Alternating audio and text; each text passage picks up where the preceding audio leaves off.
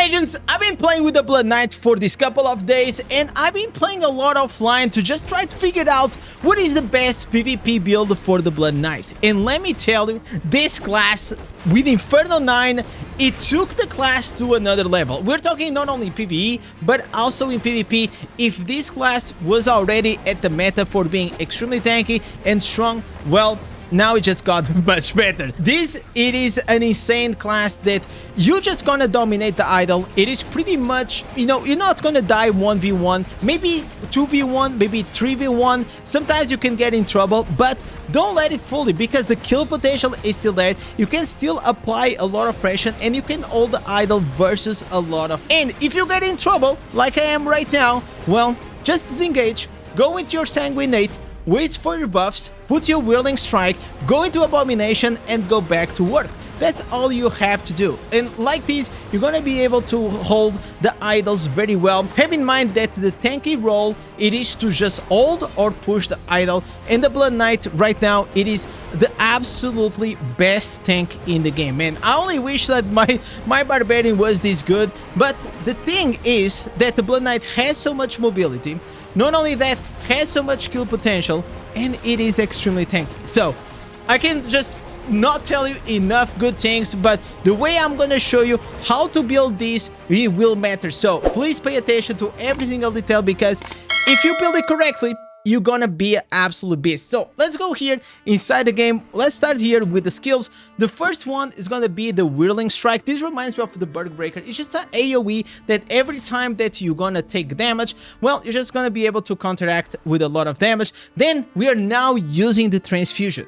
This is gonna give you an absolutely massive shield that's gonna make you immune to knockback. And the good thing is that you don't even need to use it. If you don't want to use it, you don't even need to use it, because this will activate by itself whenever your HP falls by 20%. It's like, for example, it's not Undying Rage, but you know, something similar. If it drops below 20%, it pops in. Then we have the Sanguinate, where you're just gonna go, you know, immune. It is very, very useful, especially in PvP, not only for mobility, but especially to escape the fights. And then, of course, we're gonna use the Abomination, that whenever you're gonna transform, not only you're gonna become a badass, but also you're gonna have multiple skills.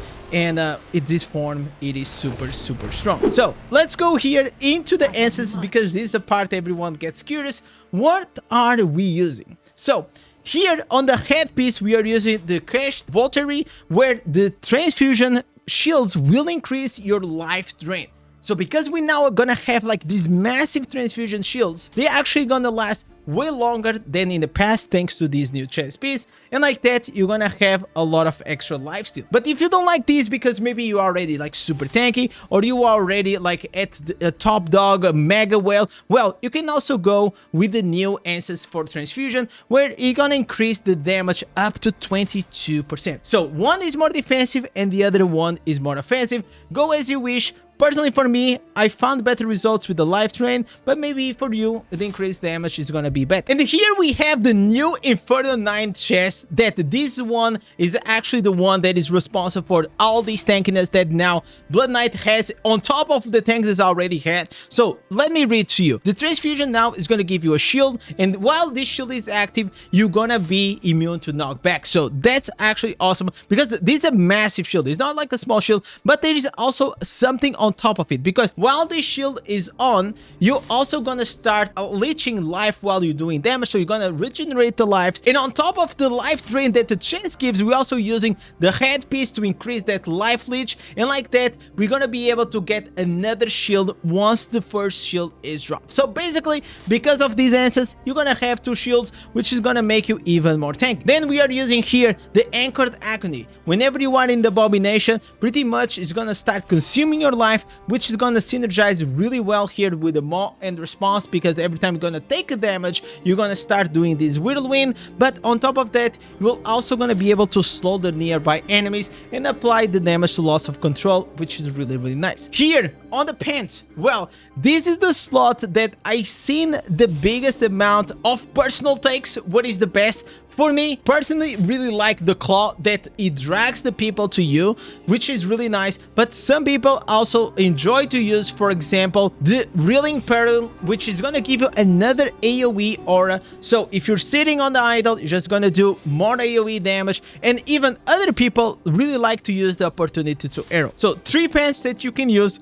Personally, the one I like the most, it is the Claw, because every time that I'm trying to chase, for example, a wizard or even a demon hunter, well, it comes very clutch, and on top of that, it enables them to use the dash skills, which allows me for me to chase and actually, you know, being able to kill them in an easier way. Then we have here the other main hand. It is gonna be that the Abomination is gonna increase your attack speed up to 57%. Then you also have, of course, here the Maw and Response. Like I told you, whenever you're gonna take damage, you also gonna start counter-attacking, and additional to that is also gonna heal you from part of the damage that it is doing. Then we are using here the Grim Hunt. While you are in Abomination, the longer you remain near the target, the more damage you're gonna deal to them, up to 36%. Well, we are on the idol. Most of the times, most of the people, they come to us, they try to kill us in the idol, and because of that, well, whenever you are in melee range, you're gonna do more damage to them, which is really, really good.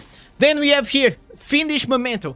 I try to switch this one, for example, the new Abomination Rose tool, but personally, I feel like anything that has primary attacks, a lot of times in PvP is not as reliable because you're gonna be in CC and all of these conditions that are in PvP, and I found that this offhand, it is so valuable because whenever you're gonna transform into Abomination, you're gonna get 90% more damage, but more important, whenever you leave the Abomination, you get this 57% movement speed boost, which is gonna be able for you to actually disengage really fast, and like that, I find it extremely useful in my case. For the green set items, we are using the 4 pieces Vitus, which is gonna increase the duration of our beneficial effects by 30%, and also our legendary gems. And then, of course, we are using the 4 pieces is gonna increase 30% of our attack speed, which is gonna allow us to do a lot of damage and also to apply this buff to our allies. And obviously, we could not go without our 4 pieces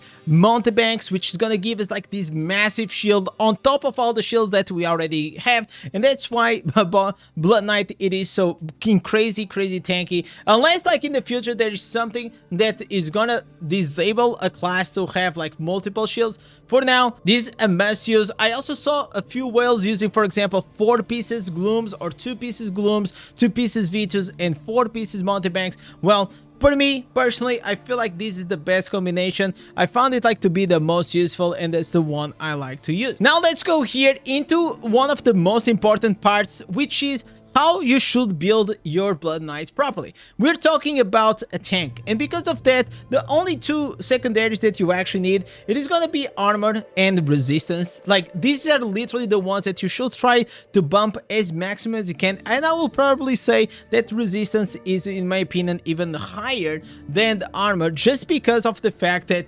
whenever you are a bit more mobile, you can actually use like your skills, and you can go into immunity, and you can heal yourself and put the shields, and like that, I felt like if I'm less time in CC, most likely I'm gonna be able to tank more, and the rest, it is a nice to have. Obviously, I wish I had a bit more armor, but well, that's what I can have because I focus a lot for PvE, especially on armor penetration. But still, well, 4.6 armor and 5.1 resistance is not bad. When it comes to the crit, well, the crit is always going to suffer a bit because whenever you're using these PvP builds, well, a lot of them, we're going to use like certain attributes, like for example, the Endure, which is going to give us evade, and whenever you evade, it's going to give this extra shield. And usually like these defensive set items, they don't have the crit, so it is a part of it. Then you have here this cooldown reduction. This is definitely a big part and something that you should try to focus on, because the higher your cooldown reduction, the better it's gonna function. Then obviously we're gonna try to go with a 20% movement speed. Since you are the melee, the only way you can actually dodge like the skills or the CC, or even to chase or even to run away, is to have the max movement speed as you can. But have in mind that whenever you actually go into Abomination, your movement speed is actually gonna go into 50%, and whenever you leave the Abomination, you're actually gonna be even faster to a 70% movement speed cap, which is gonna be, well, extremely fast. Now let's go here into a special attribute that ideally you should have 4 out of 4, okay? The Abomination Terror Rift affix, it is one of the biggest reasons why Blood Knight can perform so well, because it's gonna reduce your harmful effects by 20%, and you can stack up to 80%. Obviously, it's gonna be strifed inside PvP, but still, we're gonna have a huge reduction of harmful effects. And if you don't know what it is all the freeze, all the stuns, all the poisons, burning effects, whatever they throw at you. The durations are gonna be so much more shorter, which is gonna allow you to be extremely tanky. So if you don't have this, please start working on that, and also try to get, like, for example, the Grave Runner. Like I said, this is gonna give you the evasion rating, and whenever you evade, you actually gonna get this extra shield. It's gonna be another way for you to gain a bit of extra survivability. For the Paragon, well, here you have two options. This is gonna be the whale version that you're gonna use just a brawler. You're gonna have an extra shield on top of all the shields that you already have. You can also use, for example, here the Curse of Weakness. This one works extremely well, but if you don't want this one, well, you can also go with another shield with a Benefactor. But I feel like because we already have like so many shields, I feel like having a 30% curse on the target for them to do like less damage, it is much better. And the other option that you have, maybe for, you know, lower resonance players, maybe that you don't have like your class or your character like really well built,